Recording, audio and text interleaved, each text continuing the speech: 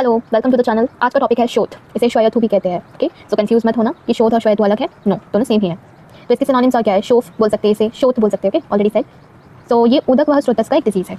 क्यों? क्योंकि ये इंग्लिश में इडीमा होता है और इडीमा में हम लोग को पता है कि जो वाटर कंटेंट है या एक्स्ट्रासेलुलर फ्लूइड है वो फिल हो जाता है। तो ऑब्वियसली उदक स्रोतस इन्वॉल्व होगा इसमें। अब आगे चलते हैं। तो pitting on pressure, oedema, heaviness in the body, horripilation, discolouration of the skin are the main signs and symptoms of शोफ। Common varieties are Vataj. इसमें क्या होता है? Produced by the diminished pumping power of the heart. The edema first appears on the feet and then increases during the day and tend to subside in the night. On pressing, the related portion of the skin gets depressed. However, immediately after raising the pressure, it regains its position. पित्तज में क्या होता है? इसको यकृतजन्य भी कहते हैं। तो वातज हृदयजन्य था, पित्तज यकृतजन्य है। Edema due to the derangement of the yकृत liver is identified as पित्तज. Okay, it appears first in the abdomen and subsequently spreads gradually. कफज शोफ मतलब ये क्या है? वृक्का जन्य मतलब किडनी से रिलेटेड जो होगा ना वो होगा। Edema produced by the impaired function of the kidneys have been identified as कफज. First appears in the pits of the eyes and subsequently spreads to other parts of the body. अब इसका वो जो क्या कहते हैं निरुक्ति है, मतलब किससे वो डिराइव हुआ है। तो इन सब निरुक्ति का मतलब क्या है? ओके, शू विच इंडिकेट्स गत which means to go and the word श्वेत is derived from the root स्वी विच मीन्स गति वृद्ध means to swell. So any protuberance in any part of the body is श्वेतु. Elevation और protuberance in any part is known as शोथ या शोफ, कुछ भी कह सकते हैं.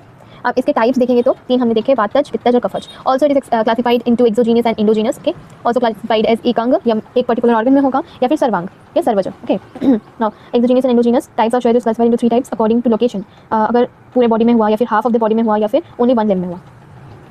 अब है सो सर्वसर शोफ फाइव कैटेगरीज में डिवाइडेड है. वातज, पित्तज, श्लेष्मज, सन्निपातज और विषज. निज श्वेतु, हेतु एवं संप्राप्ति. तो क्या है?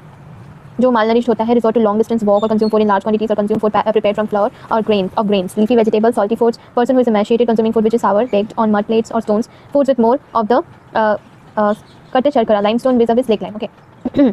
Meat of animals or marshy limes who is suffering from indigestion, sexual intercourse, intake of incompatible foods, excess fatigue by riding on elephant, horse, camel, chariots, cavalry. Okay. तो इसमें दोष एग्रीवेट हो जाती है जिस वजह से श्वेत होता है. देन डिफरेंट आचार्य के हिसाब से दिए गए हैं, तो सबका पढ़ना ज़रूरी नहीं है. अब जो आगंतुज है उसको अगर देखेंगे तो उसके निदान कैसे होंगे? एक्सटर्नल स्किन का इन्फ्लिक्शन हो जाना बाय वुड इन पियर्स, जैसे कि अगर वुड के कुछ कुछ लीवर्स होते हैं, अगर वो घुस जाती है तो उसकी वजह से भी वहाँ पे श्वेत हो जाता है. Stone, sharp instruments, fire, poison, iron made articles give rise to आगंतुज श्वेत. मतलब कुछ ट्रॉमा हो जाना एक्सटर्नल स्किन में. तो इन सब की वजह से क्या होता है? वात reaches external channels and affects the कफ, रक्त एंड पित्त. ओके, इस वजह से क्या होता है? Passage gets obstructed which spreads to the nearby areas leading to development of edema. Okay, characterized by protuberance, थोड़ा सा वापस स्वेलिंग आ जाता है. Doshas seated in the chest causes swelling in the upper part of the body. मतलब chest में दोषस है तो फिर upper part of the body में स्वेलिंग आ जाता है. And if it takes place in the pakvashaya, okay, which is the location of the vata, then swelling occurs in the lower part of the body. अगर वो मिडिल पार्ट में होता है body के तो फिर swelling occurs in the middle part of the body. When generalised they cause swelling all over the body and when located in particular organ they will cause localised swelling. Okay, and it is known by respective organs. ना निदान seven क्या है?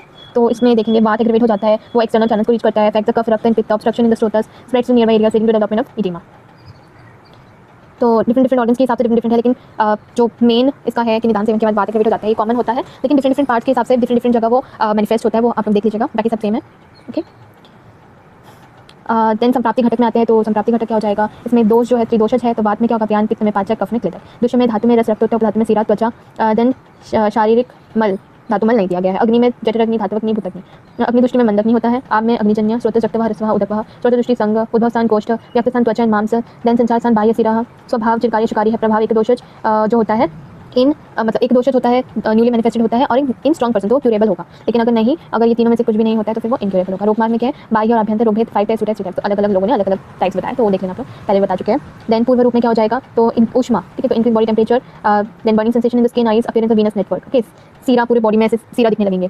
सामान्य लक्षण क्या होता है? Heaviness, instability, swelling, increase body temperature, thinning of vessels, horripilation, discolouration of the body parts. विशेष लक्षण तो वातज का क्या होता है? Is unstable nature. ठीक है, उसके अनस्टेबल नेचर के हिसाब से उसको हम लोग आइडेंटिफाई कर सकते हैं. Skin becomes thin, rough, reddish और blackish, discoloration, soft touch associated with numbness, horripilation, pain like pricking. Okay, subsides without any apparent cause. When press swelling disappears, ये याद रखना, when press swelling disappears but it reappears after the pressure is withdrawn. And day time में अगर वो aggravate होता है. And पित्तज क्या है? Diagnose based on its softness, odorness, black, yellow, red, spreads quickly, associated with giddiness, fever, sweating, thirst, narcosis, has burning sensation, tenderness, redness of the eyes, inflammation, separation. कफज क्या हो जाएगा? हैवीनेस, स्टेबलनेस, वो स्थिर होता है. कफ का जो प्रकृति होती है स्थिर होता है. पेलनेस, देन येलोइशनेस, वाइट और whitish colour, unctuous, hard, cold to touch, spread slowly, itching associated with कंडू होते हैं ना कफ में. Then anorexia, excessive salivation, excessive sleep, vomiting, poor digestion. तो ये क्या है? Takes long time to appear and it cures also takes a long time. Okay, तो बहुत देर बाद ही अपीयर होगा और बहुत देर तक ही रहेगा, क्योंकि क्योर होने में भी ज़्यादा टाइम लगेगा. और ये इसका जो फीचर है, when pressed and if the pressure is relieved the pit does not get filled up and it is aggravated during the night, just opposite of the वात.